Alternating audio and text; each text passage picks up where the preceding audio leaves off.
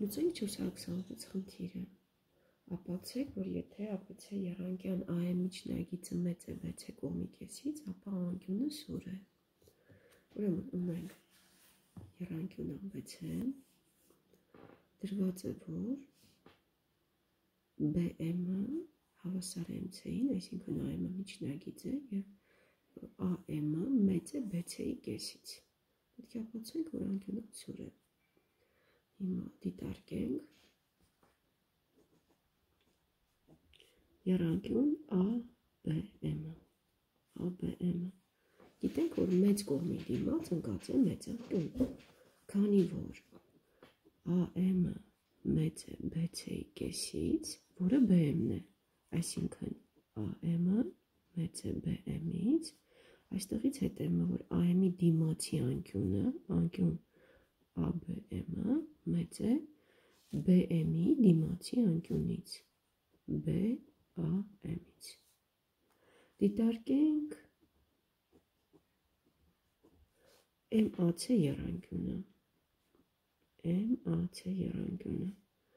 Հիմա, քանի որ սա տրված է, AM-ը մեծ է BC-ի կեսից, MC-ն նույնպես BC-ի կեսն է, AM-ը մեծ է MC-ից, այստեղից հետևում է, որ AM-ի դիմացի անկյունը, անկյուն C-ն կամ BC-ն մեծ է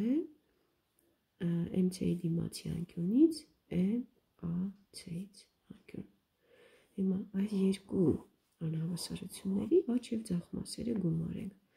Ինչ կստացվի, անկյուն ABM գումարած անկյուն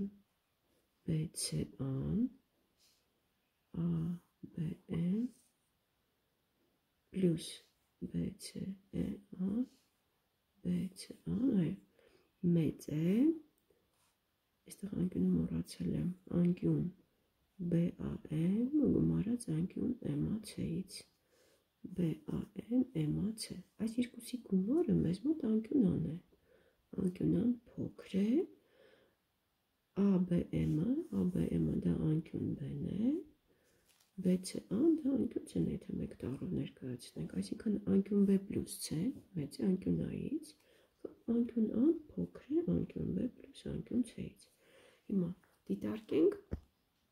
մեր երեք հիմնական դեպքերը, որ ունենք, երբ որ անկյան գագաթից տարված միջնագիծը հավասար էր BC-ի կեսին, եթե ունենք ABC եռանկյունը, ապա անկյունան 90 էր։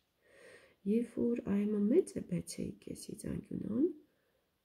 փոքր է 90-ից, սուր է, մենք ունենք այդ դեպքը։ Եվ երրորդ դեպքը, եթե ունենք AM-ը միջնագիծը փոքր է BC-ի կեսից, ապա անկյունան մեծ է 90 աշճանից, բութ անկյուն եռանկյան հետ գործ ունենք սուր անկյուն, այստեղ ով անկյուն։ Հիմա